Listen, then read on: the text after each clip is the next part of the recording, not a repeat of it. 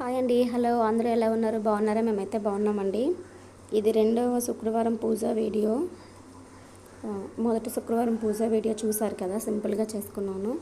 రెండవ వారం పూజ కూడా అలాగే చేసుకున్నాను. నాకు కుదిరినంతలో నేను నైవేద్యాలు చేసుకొని పెట్టుకున్నాను. నా దగ్గర ఉండే ఫ్రూట్స్, ఉండే పళ్ళు ఏవైతే ఉన్నాయో అవే నేను పెట్టాను అమ్మవారికి.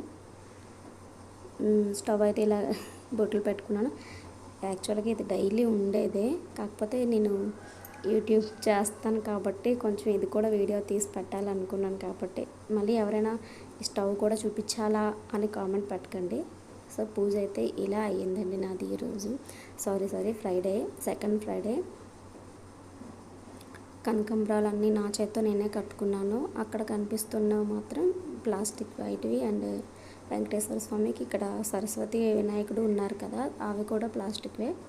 దుర్గమ్మ వారికి, లక్ష్మీదేవికి ఉన్న మాత్రం కనకాంబరాలు నేనే కట్టాను. ఆ విషయం మీకు తెలుసు. నేను పువ్వులు కట్టుకుంటాను డైలీ. నేను దేవుడికి పెట్టడానికైనా నేను పెట్టుకోవడానికైనా లూజ్ తీసుకొని నేను కట్టుకుంటాను. నేను పరమాన్నం, సేమియా, లెమన్ రైస్ చేశానండి. అరటిపళ్ళు, సీతాఫలం, తర్వాత యాపిల్.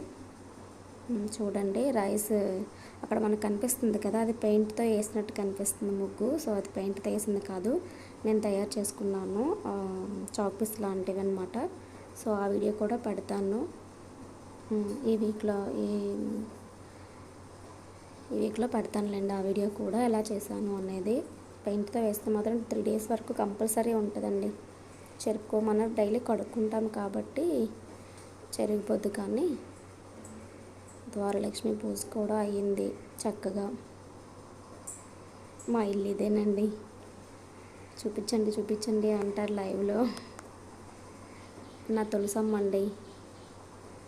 తులసమ్మ దగ్గర కూడా నైవేద్యాలు పెట్టుకున్నాను. చూడండి, వాయిస్ కొంచెం తక్కువ వస్తుంది, గొంతు పెయిన్ వస్తుందండి. థ్రోట్ ఇన్ఫెక్షన్ ఏమో తెలీదు, అందువల్ల మాట్లాడలేకపోతున్నాను గట్టిగా. ఈ వారం అయితే నా పూజ ఇలా అయింది. 2వ వారం, 3వ వారం నేను వ్రతం చేసుకుంటూ ఒకవేళ ఎలా చేసుకున్నానో కూడా వీడియోకి పెడతాను. ఓకే అండి, ఈ వీడియో నచ్చినట్లయితే లైక్ చేయండి. బాయ్.